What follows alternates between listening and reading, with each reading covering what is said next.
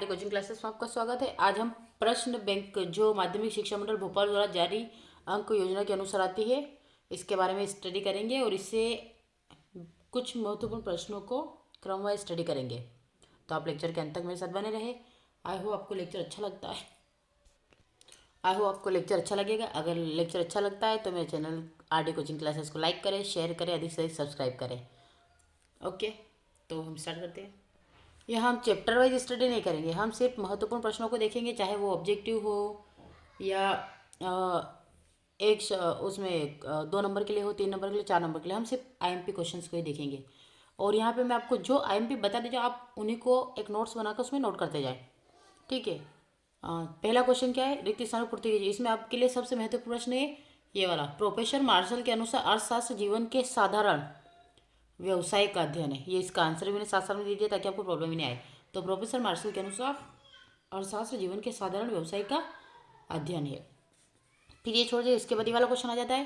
Professor Robins ने अर्थशास्त्र को केवल वास्तविक विज्ञान माना है। किसने? प्रोफेसर रॉबिन्स ने अर्थशास्त्र को केवल वास्तविक विज्ञान माना है। फिर आता है विष्णुगुप्त का दूसरा नाम। आईएमपी क्वेश्चन है। विष्णुगुप्त का वास्तविक नाम क्या है? चाणक्य। और अर्थशास्त्र कला और विज्ञान दोनों है ना, तो दोनों को इसमें मान के चलेंगे। फिर हम बात करते हैं नेक्स्ट क्वेश्चन की। ये क्वेश्चन है आपका, हिंदू अर्थशास्त्र पुस्तक के लेखक है। तो हिंदू अर्थशास्त्र, हिंदू याद रखिएगा, तो ये क्या आता है? Doctor MG. बोकरे। क्या होगा? Doctor MG. बोकरे। फिर मैं आपको बता रही हूँ एक बार फिर कि हम आईएमपी क्वेश्चंस की ही स्टडी करेंगे, यहाँ पे सारे हम नहीं करेंगे। नेक्स्ट है आधुनिक अर्थशास्त्र के जनक माने जाते हैं। तो किसे माना जाता है? Adam Smith. क्वेश्चन बार बार रिपीट होता है कि आधुनिक अर्थशास्त्र के जनक एडम स्मिथ। प्रोफेसर रॉबिन्स के अनुसार अर्थशास्त्र है वास्तविक विज्ञान। क्या कहलाएगा? वास्तविक विज्ञान। किसके अनुसार? प्रोफेसर रॉबिन्स के अनुसार। अब यहाँ पे महत्वपूर्ण प्रश्न दे रखा है। यहाँ पे अर्थशास्त्र का अर्थ बताए। तो अर्थशास्त्र दो शब्द अर्थ प्लस शास्त्र से बना है ना, कि योग से बना है। अर्थ से आशय धन एवं शास्त्र का अर्थ विवेचना से होता है। इस प्रकार धन की विवेचना करने वाले शास्त्र को अर्थशास्त्र कहेंगे। शाब्दिक उत्पत्ति के आधार पर अर्थशास्त्र घर या परिवार की आवश्यकता की व्यवस्थित है। अब यहाँ तक भी कहेंगे तो बहुत होगा। ठीक है। इसके बाद नेक्स्ट क्वेश्चन है आचार्य कौटिल्य के अर्थशास्त्र की परिभाषा। तो आचार्य चाणक्य ने अपने ग्रंथ कौटिल्य अर्थशास्त्र के अध्याय 1 में अर्थ और अर्थशास्त्र को निम्न प्रकार से परिभाषित किया। मनुष्य के व्यवहार या जीविका को अर्थ कहते हैं। मनुष्यों से युक्त है ना, मनुष्यों से युक्त भूमि का मनुष्यों से युक्त भूमि का नाम ही अर्थ है। इस भूमि को प्राप्त करने और रक्षा करने के उपायों का विवेचन करने वाला शास्त्र अर्थशास्त्र कहलाता है।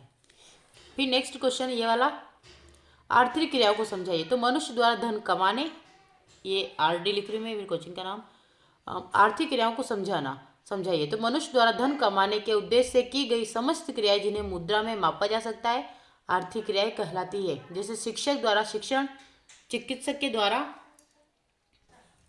द्वारा रोगी का उपचार करना। आर्थिक क्रियाओं से मनुष्य को धन की प्राप्ति होती है, जिससे वह अपनी आवश्यकताओं की संतुष्टि करता है, पुष्टि करता है। फिर इसके बाद नेक्स्ट क्वेश्चन है, ये हम पहले चैप्टर की स्टडी करें ना, हम 1 बाय 1 चैप्टर की स्टडी करते जाएंगे। आचार्य कौटिल्य के अर्थशास्त्र के विशेषताएं। तो अर्थशास्त्र की निम्न विशेषता आप यहाँ से कौटिल्य के अनुसार धर्म तथा काम दोनों क्रियाएं अर्थ पर निर्भर करती है। तो करती है ना, क्योंकि आप धर्म और काम के बिना आपके क्रियाएं नहीं होगी। फिर आचार्य कौटिल्य जनसंख्या में वृद्धि के पक्षधर थे। कौटिल्य राज्य की आय के साधन के रूप में करों को प्रमुख मानते थे। आज आपको ऐसे 1 बाय 1 2 3 4 5 ऐसे लिखना है, ऐसे जैसे इस प्रकार से लिखा ऐसे नहीं लिखना है। फिर आचार्य कौटिल्य ने अर्थशास्त्र का सीधा संबंध जीवन से बताया है ना। फिर आता है आचार्य कौटिल्य के अनुसार व्यापार की वृद्धि से ही राष्ट्र शक्तिशाली एवं संपन्न हो सकता है। फिर नेक्स्ट क्वेश्चन है अर्थशास्त्र विज्ञान एवं कला दोनों है, स्पष्ट कीजिए। तो अर्थशास्त्र के अध्ययन है तो सैद्धांतिक ज्ञान के साथ साथ व्यवहारिक ज्ञान का होना भी आवश्यक है। सैद्धांतिक ज्ञान विज्ञान से, व्यावहारिक ज्ञान कला से प्राप्त होता है ना। सैद्धांतिक ज्ञान विज्ञान से और व्यावहारिक ज्ञान कला से प्राप्त होता है। अर्थशास्त्र विज्ञान एवं कला का सुंदर समन्वय है। विज्ञान को कला की तथा कला को विज्ञान की आवश्यकता होती है, इसीलिए अर्थशास्त्र को विज्ञान एवं कला दोनों माना गया है। ठीक है, यहाँ तक कर लीजिएगा तो भी आपका काफ़ी होगा। अब यहाँ पे क्वेश्चन देगा आर्थिक एवं अनार्थिक क्रियाओं में अंतर। तो आर्थिक या अनार्थिक क्रिया होती क्या है? अंतर के आधार पर तो उद्देश्य, आर्थिक क्रियाएं ये धन अर्जित करने के उद्देश्य से की जाती है, क्योंकि हम कोई भी व्यवसाय स्टार्ट करते हैं तो धन कमाने के लिए करते हैं। और ये देश प्रेम, सेवा, स्वास्थ्य लाभ, स्नेह, प्रेम के वशीभूत की जाती है। फिर आता है ये वाला ही पूर्ति। तो इन क्रियाओं से मनुष्य की आवश्यकता की पूर्ति होती है और इनसे मनुष्य की इच्छाओं अथवा भावनाओं की पूर्ति होती है। मापदंड, इन क्रियाओं का मापदंड द्रव है और इन क्रियाओं का मापदंड क्या आएगा? द्रव द्वारा नहीं मापा जा सकता। क्या बोलेंगे? द्रव द्वारा, है ना, द्रव द्वारा नहीं मापा जा सकता। नेक्स्ट है चौथे पॉइंट के बाद आप यहाँ से 4 पॉइंट कर लेंगे तो बहुत होगा। संबंध, इन क्रियाओं का संबंध सामाजिक एवं वास्तविक मनुष्य के आर्थिक कार्यों से होता है। इन क्रियाओं का संबंध सभी मनुष्य के सभी कार्यों से होता है। और फिर बाकी आप इसमें साथ देख लीजिएगा अपने हिसाब से, जो आपको उचित लगे कर लीजिएगा। फिर नेक्स्ट क्वेश्चन है प्रोफेसर रॉबिन्स की परिभाषा की विशेषताएं बताइए। तो रॉबिन्स है ना, रॉबिन्स द्वारा दी गई परिभाषा मुख्य थे। तो विस्तृत क्षेत्र, रॉबिन्स ने सामाजिक एवं असामाजिक एकांतवासी व्यक्तियों की क्रियाओं का अध्ययन करके अर्थशास्त्र के क्षेत्र को विस्तृत कर दिया है। किसने? रॉबिन्स ने। मनुष्य की प्रत्येक क्रिया का अध्ययन, रॉबिन्स ने अर्थशास्त्र में मनुष्य की सभी प्रकार की आर्थिक तथा अनार्थिक क्रियाओं का अध्ययन किया है। चुनाव संबंधी समस्या का स्पष्टीकरण, रॉबिन्स ने उन क्रियाओं को अर्थशास्त्र की विषय सामग्री माना है जिनमें चुनाव संबंधी समस्या विद्यमान है। फिर आता है वास्तविक विज्ञान। प्रोफेसर रॉबिन्स अर्थशास्त्र को आदर्श विज्ञान नहीं मानते बल्कि एक वास्तविक विज्ञान मानते हैं। अर्थशास्त्र अच्छाई बुराई का निर्णय नहीं देता, वह तो केवल वस्तु स्थिति का अध्ययन करता है। फिर आता है सर्वव्यापी। रॉबिन्स अर्थशास्त्र को वास्तविक विज्ञान मानते हैं, इस कारण यह सर्वव्यापी है। फिर आता है अर्थशास्त्र की सीमाएं। अर्थशास्त्र में जिन बातों का अध्ययन किया जाता है वे उसकी सीमाएं हैं। प्रोफेसर मार्शल के अनुसार अर्थशास्त्र की सीमाएं निम्नलिखित है। साधारण सामाजिक व्यक्तियों का अध्ययन, अर्थशास्त्र में सामाजिक और साधारण व्यक्तियों का ही अध्ययन किया जाता है, असामान्य व्यक्तियों का नहीं। साधु, सन्यासी, चोर, कंजूस व्यक्तियों का अध्ययन इसमें नहीं किया जाता। आर्थिक क्रियाओं का अध्ययन, अर्थशास्त्र में केवल साधारण मनुष्यों की आर्थिक क्रियाओं का ही अध्ययन किया जाता है, अनार्थिक क्रियाओं का अर्थशास्त्र में अध्ययन नहीं किया जाता। विज्ञान एवं कला दोनों, अर्थशास्त्र को विज्ञान एवं कला दोनों ही माना जाता है। सामाजिक नियम, आर्थिक नियम वैज्ञानिक नियमों की तरह सभी स्थान तथा सभी परिस्थितियों में मान्य नहीं होते। और भी आप देख लीजिएगा अपने हिसाब से ना। और यहाँ पे भी कुछ क्वेश्चन दे रखे हैं, इनको भी देख लीजिए आप। इसमें सब IMP फैक्टर को देख करेंगे। तो अर्थशास्त्र का जन्म हुआ था, तो 18वीं सदी में अर्थशास्त्र का जन्म हुआ था। अर्थशास्त्र आर्थिक कल्याण का अध्ययन किसने कहा? पिगू ने कहा। ये सांख्यिकी के जनक के रूप में जाने जाते हैं। कौन जाना जाता है? गॉटफ्रॉयड एकेनवॉल। कौन? एकेनवॉल। फिर आता है कोटिल द्वारा लिखित पुस्तक का नाम, मोस्ट IMP क्या है? अर्थशास्त्र। रॉबिन्स के अनुसार अर्थशास्त्र का संबंध है मानव कल्याण, सभी हमने पढ़ा। फिर आता है एडम स्मिथ को अर्थशास्त्र का क्या माना जाता है? तो एडम स्मिथ को अर्थशास्त्र का जनक माना जाता है। आवश्यकता पर निर्भर होती है, क्या आवश्यकता पर? तो तीव्रता। संकलन का एक उदाहरण है सांख्यिकी।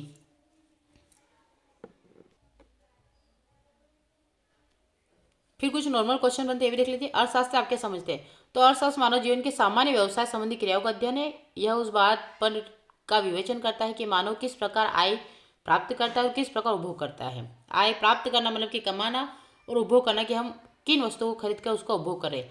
आर्थिक डाटा क्या है? तो आर्थिक डाटा या समंक से तात्पर्य ऐसे संख्यात्मक तथ्यों से, यानी कि आर्थिक डाटा को समंक कहा जाता है, संख्यात्मक तथ्यों से है जो विभिन्न आर्थिक क्रियाओं की सूचना आंकड़ों के रूप में देते हैं। उपभोक्ता से आप क्या समझते हैं? तो उपभोक्ता विभिन्न वस्तुओं का उपयोग करके संतुष्टि प्राप्त करता है, जैसे टीवी, फ्रिज, कूलर, टेबल कुर्सी आदि। फिर आता है सांख्यिकी क्या है? वर्तमान युग सांख्यिकी का युग है। ज्ञान को स्पष्ट तथा सूक्ष्म रूप में व्यक्त करने के लिए संख्याओं का सहारा लेना आवश्यक होता है, इसलिए वह ज्ञान जो संख्याओं से संबंधित है सांख्यिकी कहलाता है। अब आपसे ये पूछा जाएगा, अगर ये पूछा तो ये पूछा जाएगा कि सांख्यिकी के 2 कार्य बताइए। तो सांख्यिकी के 2 कार्य है। पहला, सांख्यिकी का कार्य जटिल तथ्यों को सरल रूप में प्रस्तुत करना, और तथ्यों को संख्यात्मक रूप में प्रस्तुत करने का कार्य सांख्यिकी करता है। अब ये क्वेश्चन भी बनता है, क्योंकि हम जनक तो कह देते लेकिन जनक क्यों कहा जाता है? तो एडम स्मिथ को अर्थशास्त्र का जनक क्यों कहा जाता है? एडम स्मिथ के पूर्व आर्थिक विचार यत्र तत्र बिखरे हुए थे, यानी कि बिखरे हुए थे, लेकिन सन 1776 में एडम स्मिथ ने इन बिखरे हुए आर्थिक विचारों को क्रमबद्ध एवं वैज्ञानिक क्रम से अपने पुस्तकों राष्ट्रों के धन के स्वभाव या कारणों की खोज में प्रस्तुत किया, इसलिए एडम स्मिथ को अर्थशास्त्र का जनक कहा जाता है। ठीक है। फिर आएगा प्रोफेसर मेहता के अनुसार मनुष्य की मानसिक अवस्था की कितनी स्थितियाँ होती है? तो प्रोफेसर मेहता के अनुसार मनुष्य की मानसिक अवस्था की 2 स्थितियां हुआ करती है, एक असाम्य की अवस्था, दूसरी साम्य की अवस्था। कौटिल्य द्वारा की गई अर्थशास्त्र की परिभाषा। कौटिल्य के अनुसार मनुष्य की आजीविका को अर्थ के नाम से पुकारते हैं। मनुष्य द्वारा उपयोग में लाई जा रही भूमि भी अर्थ के नाम से ही संबोधित करते हैं। ऐसी भूमि को ग्रहण करने और उसकी सुरक्षा करने वाले साधनों का विवेचन करने वाले शास्त्र को अर्थशास्त्र कहते हैं। प्रोफेसर मार्शल की परिभाषा। तो अर्थशास्त्र मानव जीवन के साधारण व्यापार संबंधी क्रियाओं का अध्ययन करता है। वह इस बात का पता लगाता है कि मनुष्य किस प्रकार धन कमाता है और किस प्रकार उसे व्यय करता है। इस प्रकार एक और तो यह धन का अध्ययन करता है, दूसरी ओर उससे भी अधिक महत्वपूर्ण मानव कल्याण का भाग है। एक आईएमपी क्वेश्चन आता है कि आप अर्थशास्त्र का अध्ययन क्यों करना चाहते हैं, कारण बताइए। जैसे आप अगर पढ़ रहे तो आपसे अगर कोई पूछेगा कि आप अर्थशास्त्र क्यों पढ़ रहे हैं, तो क्या जवाब देंगे। तो अर्थशास्त्र के अध्ययन के कारण निम्न है। एक, यह जानने के लिए कि एक दी हुई निश्चित आय और ज्ञात कीमतों पर अनेक वैकल्पिक वस्तुओं में से एक उपभोक्ता किन वस्तुओं को खरीदना पसंद करेगा। मतलब यह जानने के लिए कि दी हुई निश्चित आय और ज्ञात कीमतों पर अनेक वैकल्पिक वस्तुओं में से एक उपभोक्ता किन वस्तुओं को खरीदना पसंद करेगा। यानी कि आपकी सीमित आय है, आपके पास आय है, लेकिन आपके पास खरीदने के लिए बहुत सारी वस्तुएं, आप उनमें से किन वस्तुओं को खरीदोगे, ये पूछा गया है, बताया गया है। फिर आता है आपका अर्थशास्त्र के अध्ययन द्वारा यह जानकारी मिलती है कि राष्ट्र आय या कुल आय को कैसे वितरित किया जाता है। फिर आता है इसके अध्ययन से हमें यह जानते हैं कि कोई उत्पादक जिसे अपनी लागत और कीमतें ज्ञात है, इसका चयन कैसे करता है कि बाजार के लिए क्या उत्पादन करे। फिर आता है एक वचन और बहुवचन के रूप में सांख्यिकी में अंतर। तो याद देख लीजिएगा, ठीक है, क्योंकि अब थोड़ा समय कम है और थोड़ा शॉर्ट में चलेंगे ताकि आपको आईएमपी सारे मिल जाए। उन आवश्यकताओं का चुनाव आप कैसे करेंगे जिनकी आप पूर्ति करना चाहेंगे। तो प्रत्येक व्यक्ति की आवश्यकता असीमित होती है, किंतु उसकी पूर्ति हेतु साधन सीमित होते हैं। अतः हमारी आवश्यकताओं की संतुष्टि आवश्यकता की तीव्रता पर निर्भर करती है। अर्थात आवश्यकताओं को उनकी तीव्रता के आधार पर चुनाव द्वारा संतुष्ट किया जाता है। जैसे कपड़े की अपेक्षा भोजन की आवश्यकता अधिक तीव्र होती है, इसी कारण विलासिता की वस्तु की अपेक्षा आरामदायक वस्तु की आवश्यकता अधिक होती है। क्लियर है। फिर नेक्स्ट महत्वपूर्ण प्रश्न है, उदाहरणों की सहायता से मात्रात्मक और गुणात्मक आंकड़ों में अंतर बताइए। तो मात्रात्मक गुणात्मक आंकड़ों में अंतर। मात्रात्मक आंकड़ों से आशय उन आंकड़ों से है जिनके चरों को संख्या में मापा जा सकता है। उदाहरण के लिए आय, व्यय, वस्तुओं की कीमतें, लागत, लंबाई, वजन आदि मात्रात्मक चर है क्योंकि इनके मान को संख्या में व्यक्त किया जाता है। गुणात्मक आंकड़ों से आशय उन आंकड़ों से है जिनके चरों को संख्या में नहीं मापा जा सकता। उदाहरण के लिए लोगों की सुंदरता, बुद्धिमत्ता, ईमानदारी, किसी राजनीतिक दल के साथ प्रतिबद्धता आदि गुणात्मक चर है क्योंकि उनके मान को संख्या में व्यक्त नहीं किया जा सकता। यानी कि आपको कुछ गुण, आप सुंदर दिख रहे हो तो ये आपका गुण है, आप अच्छे कपड़े पहने ये आपका गुण है। अब इसको आकलन कैसे किया जा सकता है, तो मात्रा रूप में थोड़ी है, क्योंकि कुछ होता है ना क्वांटिटी में, जैसे कि आपको 1 लीटर है, किलोग्राम है, तो आप क्वांटिटी बता सकते हैं। लेकिन आपके गुण को, ईमानदारी को, राजनीतिक दल, तो ये प्रतिष्ठा को क्या गुणों में नापा जा सकता है, नहीं नापा जा सकता है। सांख्यिकी के मुख्य कार्यों का वर्णन कीजिए। तो सांख्यिकी के मुख्य कार्य निम्नलिखित है। सांख्यिकी जटिलता को सरल बनाती है। तो सांख्यिकी विशाल संख्या में तथ्यों को सरल एवं समझने योग्य बनाती है। सांख्यिकी तथ्यों को संख्या में प्रकट करती है। सांख्यिकी तथ्यों को अंकों में प्रदर्शित कर सार्थक बनाती है। फिर तथ्यों का तुलनात्मक ज्ञान, ज्ञान का अनुभव वृद्धि, नीति निर्धारक तत्व। प्रोफेसर मार्शल की परिभाषा में रॉबिन्स की परिभाषा में असमानता लिखिए। तो प्रोफेसर मार्शल और रॉबिन्स की परिभाषा जो होती है, तो मार्शल की परिभाषा, रॉबिन्स की परिभाषा देखिए। तो भौतिक कल्याण संबंधी परिभाषा, मार्शल की अर्थशास्त्र संबंधी परिभाषा का वर्गीकरण भौतिक कल्याण संबंधी वर्ग में किया गया है, और सीमितता संबंधी परिभाषा, दुर्लभता संबंधी परिभाषा, रॉबिन्स की परिभाषा का वर्गीकरण दुर्लभता संबंधित है।